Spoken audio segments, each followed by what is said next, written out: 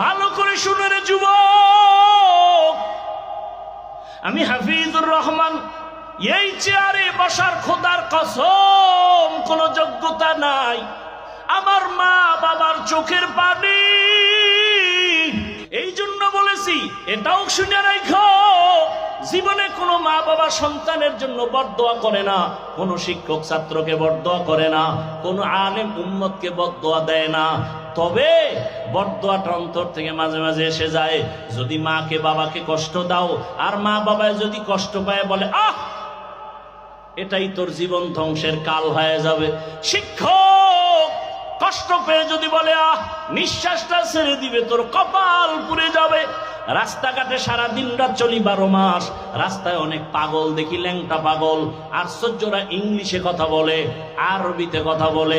চিন্তা করলাম রাস্তার ল্যাংটা পাগলে কেন ইংলিশে কথা বলে, রাস্তার ল্যাংটা পাগল কেন আরবি কথা বলে। হিসাবটা মিলাইয়া দেখলাম পাগল হইয়া ইংলিশ শিখে নাই, আরবি শিখে নাই। মা বাবা বা শিক্ষক না আলেমের সাথে বেয়াদবি করে রাস্তার পাগল হয়ে গেছি। লিকুল্লি শাইইন জিনাতুন ফিল ওয়ারা ওয়া জিনাতুল মারই তামামুল আদাবি আজ খোদা খাহি মে তৌফিক আদব বেআদব মাহরুম গাশত আজ ফজলে রাও। ও আমার কলিজার যুবক বাবারা, মা বাবার দোয়া ছাড়া জীবনে সফলতা আসবে না, খোদার কসম। বেয়াদবি কইরা যদি ডাক্তার হও, তাসলিমার মতো জুতা খায়া দেশ থেকে পালাতে হবে। আর যদি আদোবালা ডাক্তার হও, শুধু বরগুনা না, গোটা বাংলাদেশের মানুষ মাথায় নিয়ে সম্মান করবে। এটা দোয়া ছাড়া হয় না। জীবনে তোমার 3টা জায়গার দোয়া জীবনের খুব পুঁজি সফলতার: মা বাবার দোয়া, শিক্ষকের দোয়া, উলামায়ে কেরামের দোয়া। এজন্য অনুরোধ করে বলি রে বাবা, স্কুলে পড়ো, কলেজে পড়ো, চাকরি করো, ব্যবসা করো, ডাক্তার হও, ইঞ্জিনিয়ার হও, বেয়াদব হইও না।